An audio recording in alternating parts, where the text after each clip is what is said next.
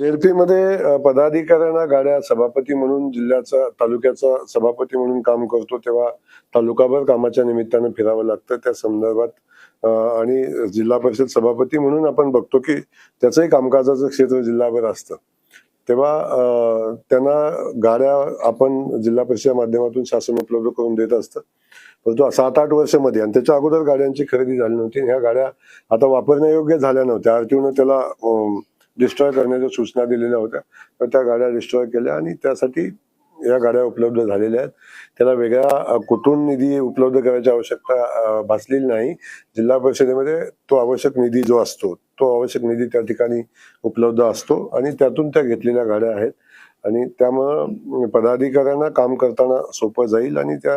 सभापती म्हणून काही सभापती आहेत त्यांची स्वतःच्या गाड्या आहेत त्यांच्यासाठी ठीक आहे पण ज्यांची स्वतःची गाडी नाही त्यांना मात्र लोकांच्या सेवा देताना ज्या अडचणी येतात त्यासाठी त्या गाडीची आवश्यकता असते त्या गाड्या उपलब्ध करून देतात.